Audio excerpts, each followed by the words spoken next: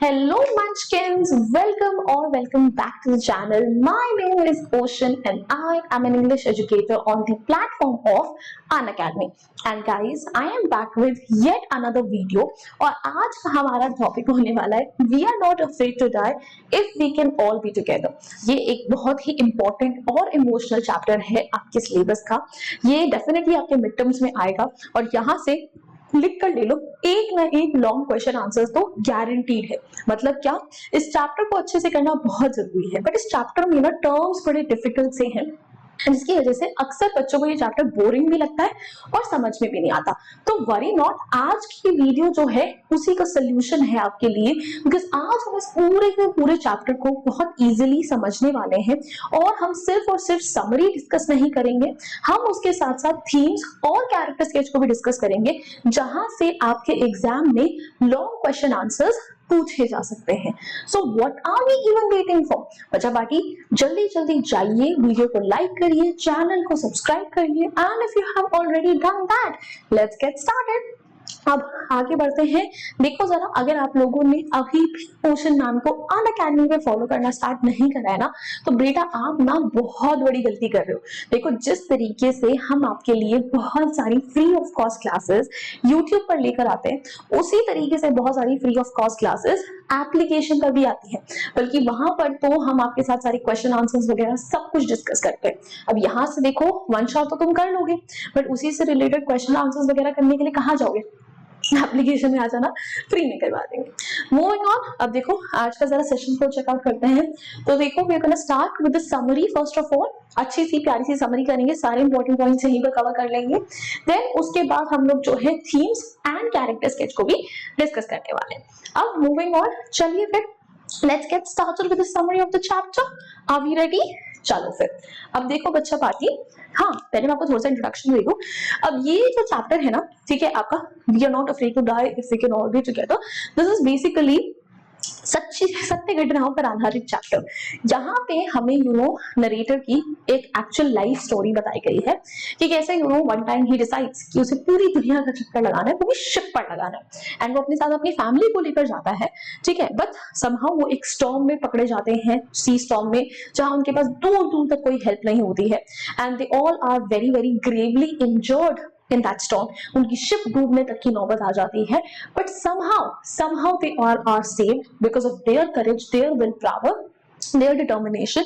तो वो कैसे बचते हैं, उन मोमेंट्स में वो क्या क्या कुछ गो थ्रू करते हैं, हमें सब कुछ इस चैप्टर में बताया गया। So let's begin. Now the narrator Gordon Cook, along with his wife Mary, son Jonathan 6 years old and daughter Suzanne 7 years old, they embark on a world voyage. मैं आपको बताया था ना, ठीक है। तो इस चैप्टर के जो नरेटर है वो कौन है? वो है Gordon Cook. Gordon Cook basically जो है, he is a businessman by profession, ठीक है। सेलिंग का वॉयज का उन्हें चस्का चढ़ जाता है, तो वो अपनी वाइफ को लेकर, उनका बेटा, इसको चैप्टर में जॉन कह के बुलाया गया है, तो हम भी जॉन ही कहेंगे, ये 6 साल का है।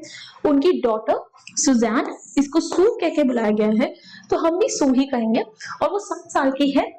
और ये सब लोग निकल पड़ते हैं कि पूरी दुनिया का चक्कर काटेंगे शिप पे। Now they set sail from Plymouth, England in July 1976 on their boat Wavewalker, aiming to replicate Captain James Cook voyage. अब ये जर्नी लेने का सोचते क्यों है? क्योंकि कैप्टन जेम्स कुक जो थे, उन्होंने 200 साल पहले ऐसी ही जर्नी करी थी, पूरी दुनिया का चक्कर लगाया था, तो उन्हीं की फुटस्टेप्स को फॉलो करते हुए गॉर्डन को भी ये डिसीजन लेते हैं। एंड ऐसा नहीं था that it was an impulsive decision, वो बेसिकली अपनी जर्नी जो है प्लायमाउथ इंग्लैंड से स्टार्ट करते हैं, but that was done after good 17 years, जहां पर वो और उनकी वाइफ मिलकर बहुत सारी सी से रिलेटेड स्किल्स डेवलप करते हैं, एक प्रोफेशनल अपनी वेव वॉकर नाम की बोट को बिल्ड करवाते हैं, जैसे वो रफ से रफ वेदर में भी टेस्ट करते हैं, बिकॉज उन्हें पता था कि वो किसी छोटी जर्नी में नहीं जा रहे हैं, वो पूरी दुनिया का चक्कर लगाने जा रहे हैं, और इसके लिए अच्छे से प्रिपेयर होना बहुत ज्यादा जरूरी है। Now 2 crew members, Larry Vigil, American, and Herb Ziegler, Swiss, Join them at Cape Town, South Africa. इनके नाम याद रखने भी जरूरी है जो उनके क्रू मेंबर्स हैं। तो केप टाउन साउथ अफ्रीका के बाद जब ये सर्दर्न इंडियन ओशन में एंटर करने वाले थे, जहां पे चीजें बहुत ज्यादा खतरनाक हो जाती है। Southern Indian ocean is one of the most treacherous seas around the world, oceans around the world. तो उसके लिए गॉर्डन कुक जो है वो 2 क्रू मेंबर्स को अपॉइंट करता है, क्योंकि उसे पता था कि वहां पर उसे इन एक्स्ट्रा हैंड्स की जरूरत जरूर पड़ने वाली है। Now moving on, the initial part of the voyage is smooth with favorable conditions and they sailed successfully down the west coast of Africa to Cape Town. अब basically इनकी जो ये पूरी जर्नी होने वाली थी, ये 3 साल की होने वाली थी, जिसमें से जो फर्स्ट पार्ट था जर्नी का वो बहुत कंफर्टेबली गुजरता है। एंड फाइनली जब वो केप टाउन से सर्दर्न इंडियन ओशन में एंटर करने वाले थे, उसके बाद उन्हें एक्चुअली मुसीबतों का सामना करना पड़ता है। On January 2, 1977 the family faces a serious storm in the southern Indian ocean. अब जैसे ही सर्दर्न इंडियन ओशन में एंटर करते हैं, तभी से उन्हें बहुत ज्यादा तेज हवाओं का सामना करना पड़ा था, जिसे कहते हैं Gales. But still the family was not much concern. वो अपना न्यू ईयर क्रिसमस सब अच्छे से बनाते हैं। But January 2, 1977, this was that month date जब उनके लिए चीजें बहुत ज्यादा खराब हो जाती हैं। Massive waves के some as high as 15 meters batter the boat। जो वेव्स की हाइट थी वो 15 मीटर्स उनकी बोट की हाइट तक पहुंच रही थी, बल्कि उससे डबल जा रही थी। एंड वो बेसिकली उनकी बोट को हिलाने लगती है। And a giant wave crashes into wave walker damaging the boat and injuring Gordon, Suzanne and others on boat. और ऐसे एक बहुत बड़ी बोट वेव आती है which was twice the size of the boat. बहुत ज्यादा ऊंची वेव थी एंड वो उनकी वेव को हिट, वो उनकी शिप को हिट करती है, जिसकी वजह से जितने भी लोग उस शिप पर थे सबको चोटें आती हैं। बट बाय गॉड्स ग्रेस इन्होंने पहले से ही प्रिकॉशंस ले ली थी। प्रिकॉशंस को याद करना इंपॉर्टेंट है, वहां से एग्जाम में क्वेश्चंस आते हैं। तो basically what were the precautions that they took seeing the storm? सबसे पहले तो उन्होंने अपनी अपनी लाइफ जैकेट्स पहनी। They went through the life draft, ठीक है कि भाई सब कुछ है या नहीं। उन्होंने लाइफ लाइन्स अटैच करी, रोप्स जो कि उनको शिप से बांध कर रखे। उन्होंने वाटरप्रूफ क्लोथ्स पहने, सब कुछ अच्छे से टाई करा। शिप की स्पीड को स्लो करने के लिए उन्होंने बेसिकली जो है सारे सेल्स वगैरह हटा दिए थे। सिर्फ स्टॉर्म जिप था उसको भी हटा दिया था। फिर उसके बाद उन्होंने बेसिकली जो है एक उन्होंने एंकर वगैरह भी इस्तेमाल करा। तो they basically took a lot of precautions ताकि वो शिप की स्पीड स्लो हो जाए, वो किसी भी तरीके से वो शिप को बचा ले। बट अगेन जो वेव आती है उसकी वजह से शिप का बहुत नुकसान होता है, बल्कि गॉर्डन जो है वो तो पानी में भी गिर जाता है।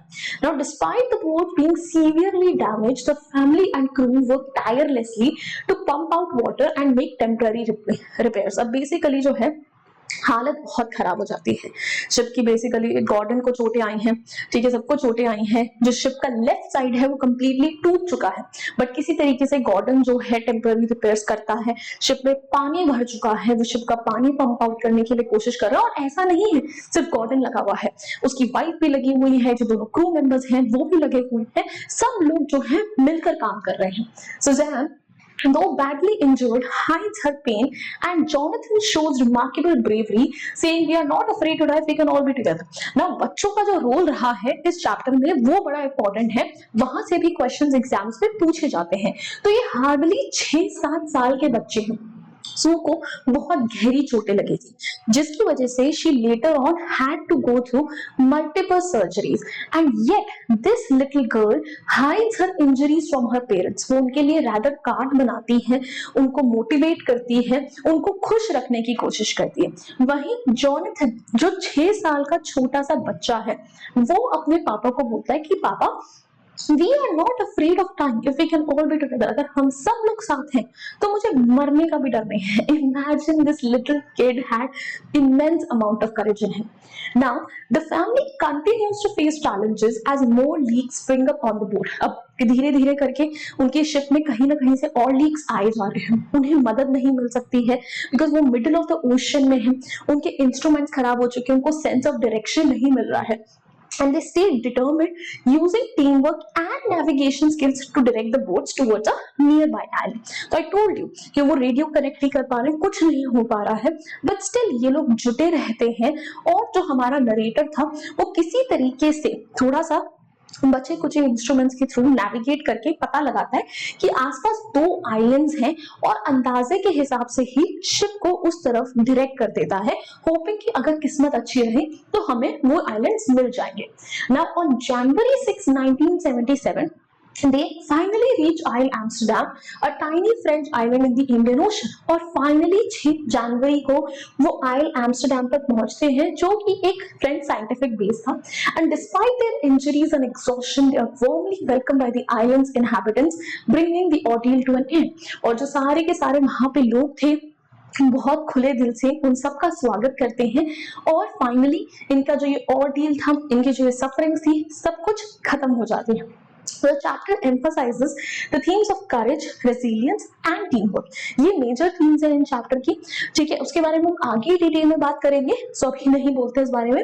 Jonathan and Suzanne's bravery, despite their injuries, highlights that how unity can help overcome even the gravest situations। अब ये छोटे छोटे बच्चे जो बेसिकली अपने पेरेंट्स को तंग करने के बजाय उनका सपोर्ट सिस्टम बने हुए थे, ये शो करता है कि अगर आप खराब से खराब सिचुएशन में भी यूनाइटेड रहो, डिटर्मिन्ड रहो, तो आप किसी भी चीज का सामना कर सकते हो।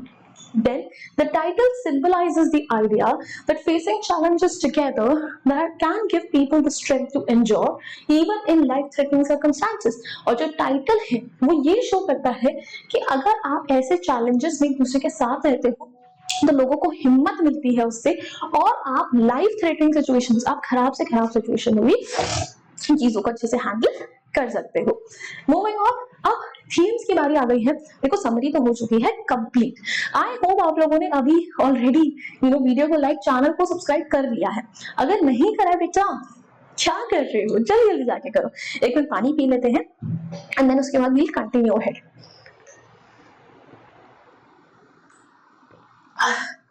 Okay, moving on. अब सबसे पहले जो इसकी थीम आ जाती है that is courage. True bravery is shown by facing danger with determination, presence of mind. कि भाई करेज का मतलब ये नहीं है कि आप बड़ी बड़ी बातें करते हो। ब्रेवरी आपकी तब दिखती है जब आप डेंजरस सिचुएशन में भी डिटर्मिनेशन दिखाते हो, अपनी प्रेजेंस ऑफ माइंड का इस्तेमाल करते हो, जो कि ये सारे कैरेक्टर्स ने करा था।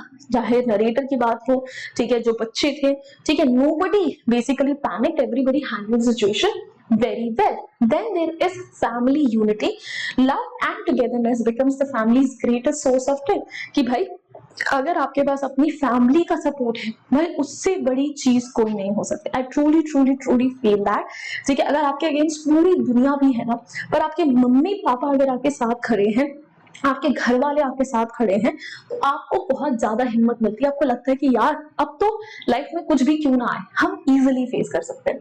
Then perseverance, unwavering determination and hard work help overcome impossible situations. कि आप कितनी भी खराब से खराब सिचुएशन में क्यों ना हो, अगर आपके पास डिटर्मिनेशन है, अगर आप हार्ड वर्क करने से नहीं कतराते हो, तो आप किसी भी हालात से निकल सकते हो। जिस तरीके से वो लोग सी के बीच में फंस गए थे, जहां पे स्टॉर्म था, उनकी शिप टूट चुकी थी, उसमें पानी भरने लगा था, उनके सारे इंस्ट्रूमेंट्स, सब चीजें पानी में बह चुकी थी। Still they all were not ready to give up, and इसी वजह से वो लोग कहीं ना कहीं बचे हैं। अगर वो लोग हार मान जाते, सोचते कि अरे हमारी मौत तो हमारे सामने ही खड़ी है, अब ट्राई करके क्या फायदा, तो क्या वो लोग उस सिचुएशन से बाहर निकलते, हम उनकी स्टोरीज आज पढ़ पाते? बिल्कुल भी नहीं। Then human resilience, the ability to endure hardships, enables the family to survive against all odds। कि भाई आपको resilient होना पड़ेगा, आप चाहे कितनी भी मुसीबतों का सामना क्यों ना करो, आपको डट कर सामना करना पड़ेगा, तभी आप उन चीजों से बाहर निकल सकते हो। Then hope and optimism, maintaining faith and a positive outlook keeps the family motivated throughout the crisis। कि भाई देखो जब आप पॉजिटिव रहते हो, ऑप्टिमिस्टिक रहते हो, तभी आप सिचुएशन से बाहर निकलते, तभी आपका दिमाग जो है सोल्यूशन ओरिएंटेड होकर चलता है। अगर आप नेगेटिव हो रखे हो, तब तो आप सिर्फ प्रॉब्लम्स ही प्रॉब्लम्स पर फोकस करोगे। तो सब लोग जो थे बहुत ही ऑप्टिमिस्टिक थे। इवन जो क्रू मेंबर्स थे, उन्होंने भी किसी के ऊपर कभी उंगलियां नहीं उठाई कि अरे तुम्हारी वजह से हम फंस गए, तुम्हारी वजह से हमारे साथ ये हो रहा है। सब ने बेसिकली जो है सब सारी मुसीबतों का अच्छे से सामना किया, होपफुल रहे, ऑप्टिमिस्टिक रहे, तभी वो लोग उस सिचुएशन से बाहर निकल पाए। मूविंग ऑन, अब बारी आ गई है गाइस कैरेक्टर स्केच की। तो हम अपनी वीडियो के आखिरी पड़ाव पर पहुंच चुके हैं, बस थोड़ी सी देर और and this video is over. अब देखो, सबसे पहला कैरेक्टर स्केच आ जाता है नरेटर का। नरेटर का कैरेक्टर स्केच जो है वो इस चैप्टर के पॉइंट ऑफ व्यू से सबसे ज्यादा इंपॉर्टेंट है, तो इसे तो बहुत अच्छे से करके जाना। अब जो नरेटर है, he was a 37-year-old businessman and the father of two beautiful and lovely children. 37-year-old था and he was a businessman by profession. He was not a sailor, याद रखना। and उसकी बहुत अच्छी सी फैमिली थी एंड वो अपनी फैमिली से बहुत ज्यादा प्यार करता था। We can say that he was a great family man because throughout the incident उसकी फैमिली ही उसकी सबसे बड़ी स्ट्रेंथ थी। He also prove to be great captain of the ship during their rough times amidst all odd situation. वो एक बहुत बढ़िया कैप्टन भी था। उसने पूरी शिप पर जिस तरीके से सारी सिचुएशन को हैंडल करा, वो शो करता है उसकी स्किल्स कितनी अच्छी थी। Then he used his wisdom and manage most of the task single handedly. वो बहुत उसने शांत दिमाग से काम करा, जिस तरीके से जब उसके सारे इंस्ट्रूमेंट्स खो रखे थे, he still somehow figured out the direction और most of the काम उसने single handedly करे, चाहे वो शिप की रिपेयर्स करनी क्यों ना हो। It was his seafaring skills that saved all of them from the mighty danger। ये उसकी स्किल्स का ही नतीजा था जिसकी वजह से वो लोग उस सिचुएशन से इजीली बाहर निकल पाए। Then there is Mary. Mary was the mother of Jonathan and Suzanne and the wife of the captain Gordon Cook. वो दोनों बच्चे जो थे उनकी मदर थी, कैप्टन की वाइफ थी। and she was a loving mom who was so protective of her family and was helpful and motivated the captain in a desperate situation। वो अपने बच्चों से बहुत प्यार करती थी, अपनी फैमिली से बहुत प्यार करती थी, उन्हें प्रोटेक्ट करना चाह रही थी। उसने भी कैप्टन की पूरी मदद करी और उसको थ्रू आउट मोटिवेटेड रखा। When he was exhausted physically and mentally, जो completely exhausted थे तब वो उसका सहारा बनी। She was so affectionate that she somehow managed to find cheese and beef steak for her hungry family। She was the one जो 2 दिन में पहली बार उन सबके लिए कहीं से कोई मील ढूंढ कर लाती है। and she was as optimistic as her husband was। and वो भी काफी ऑप्टिमिस्टिक थी, ठीक है, अपने हस्बैंड की तरह। Then there is Jonathan. Jonathan was Gordon Cook 6-year-old son who had accompanied him on the round the world journey। 6 साल का उनका बेटा था। And after the wave was terribly broken by the wave, he acted very courageously। जब ship जो है टूट जाती है उसके बाद उसने बहुत अच्छे से एक्ट करा। He gave a new strength to his father when he said he was not afraid to die if he could be together with the family। वो उसने अपने पापा के अंदर एक अलग पॉजिटिविटी भरी जब उसने ये लाइन बोली जिससे हमें टाइटल मिला इस चैप्टर का, 6 साल का बच्चा। उसी की वजह से गॉर्डन कुक ने फाइनली किसी तरीके से आइल एम्स्टरडैम का पता भी लगाया और शिप को उस तरफ स्टीयर करा। Then these words fill the author with new determination and courage। उसकी वजह से ऑथर के अंदर एक नया डिटर्मिनेशन था, एक नया करेज था। and he resolved to fight till the end to save his family from being stormed in the stormy sea। और इसी की वजह से उन्होंने डिसाइड करा कि वो अपनी फैमिली के लिए लड़ेंगे, उन्हें किसी तरीके से बचाएंगे। Then lastly Sue was those 7 years of age but was mature enough and showed great courage even though she was badly injured। वो 7 साल की बच्ची थी, ठीक है, बट उसमें बहुत मैच्योरिटी थी, बहुत करेज था। इवन दो उसको अच्छी खासी चोट लगी हुई थी, तब भी वो क्या करती है, her eyes were badly swollen and there was a deep cut on her arm but she did not cry and incessantly told her father that she was all right। उसके हाथ पे कट था, आंखें बिल्कुल सूज गई थी। She had to go through multiple minor surgeries later, but हमेशा incessantly यानी नॉन स्टॉप अपने पापा को सिर्फ यही चीज बोलती थी that we are fine, आप प्लीज हमारी टेंशन मत लो। and she repeatedly told her all right। The truth was that she was not, but सच्चाई तो ये थी वो नहीं थी, because she had to undergo 6 minor operations to remove the blood clotting from her brain। तो क्योंकि उसके 6 operations हुए थे तब जाके वो ब्लड क्लॉट जो है उसका हटा था। So yeah, that's all। This was the entire one shot that I promised you।